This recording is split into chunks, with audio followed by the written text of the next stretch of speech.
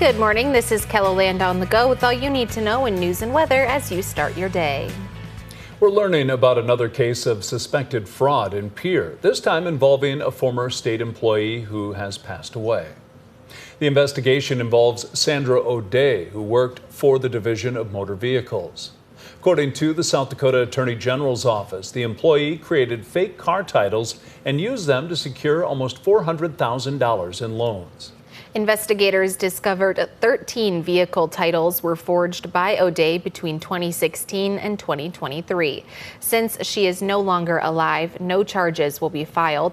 Legislature's Government Operations and Audit Committee plans to also look into this latest case. A new report from the South Dakota Municipal League says the measure to repeal the state's sales tax on groceries could cost cities and towns tens of millions of dollars. The League's report says initiated Measure 28 would cause local governments to lose at least $51.5 million in sales tax revenue each year. Supporters say IM28 is an effort to repeal the state's 4.2% sales tax on groceries. Opponents say the measure's vague wording could eliminate the tax on, quote, anything sold for human consumption, not including alcoholic beverages or prepared food. You can read the full report with this story on KELOLAND.com. South Dakota Governor Kristi Noem has announced that the state has received a presidential disaster declaration due to the historic flooding that impacted areas in late June and early July. 25 counties have received disaster aid from FEMA, and 4 others have qualified for individual assistance. If you are a resident or business owner of Davison, Lincoln, Turner, or Union County, you must contact FEMA to register. Now let's check in with meteorologist Brian Karsten. It's going to be a pretty nice weekend out there, Brian. Yeah, I think overall temperatures are back on track, although today northeast South Dakota will be a little bit cooler with highs likely in the 70s this afternoon. That comes in with some clouds. We've had a few showers, and can't forget about this. The northwest winds today are stronger, at least up to 30 miles per hour at times in those areas of KELOLAND. Meanwhile, the west, we've got some haze out there because of some smoke from Canada, and highs there about 88 in Rapid City today, 90 in Pine Ridge. Hotter weather for the west as we go forward in the forecast. We'll also detail a couple of scattered rain chances here and there. We'll get to that in just a few minutes. Thank you, Brian. If you use the City of Sioux Falls mobile app, there's an important update you'll want to know about.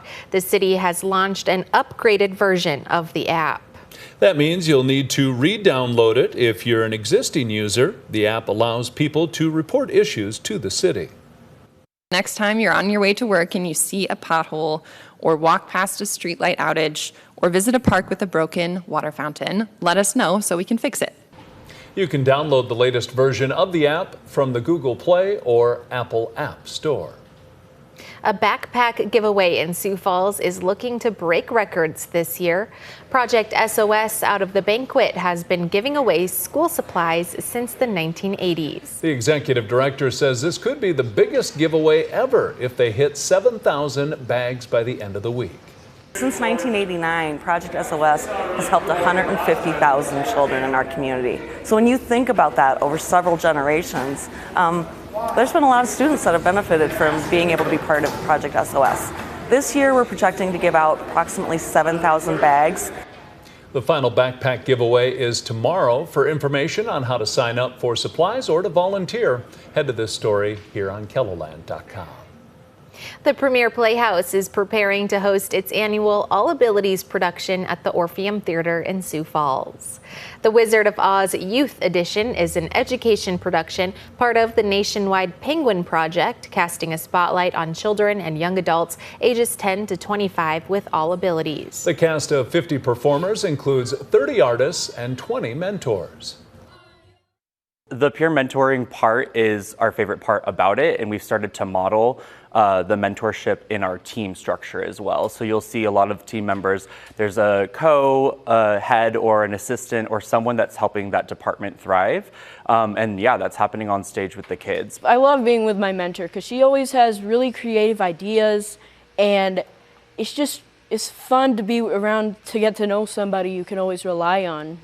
The Wizard of Oz Youth Edition will take center stage at the Orpheum Theater tonight and tomorrow night at 7 o'clock and Sunday afternoon at 2.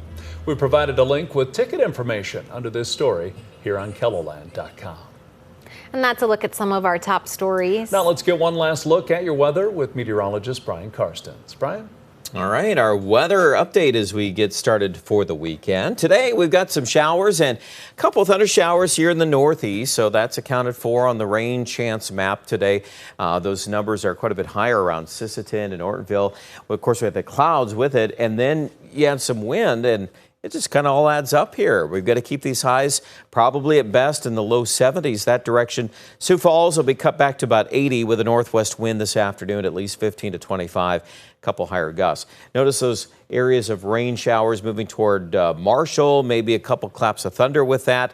The rest of central and western South Dakota, by and large, we're going to pull back into the 80s this afternoon. I expect, though, western areas, the Black Hills, we can't forget about an isolated shower, thunder shower this evening. So, you know, there's just a few things here and there to kind of keep us on our toes, but a lot of the weather looks very, very nice. Most areas will enjoy a pleasant evening.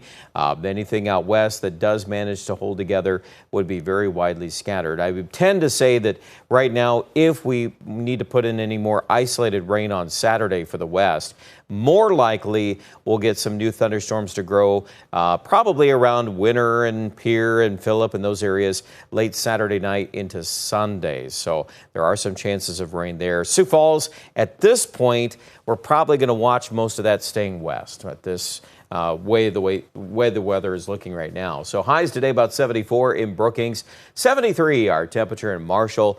Forecast lows tonight, upper 50s to about 60.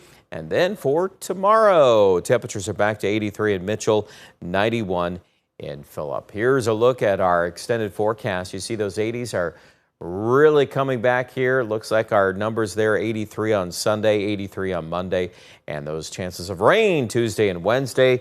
Looks like that system also will affect eastern KELOLAND, in the northeast at least, on our Aberdeen 7-day forecast.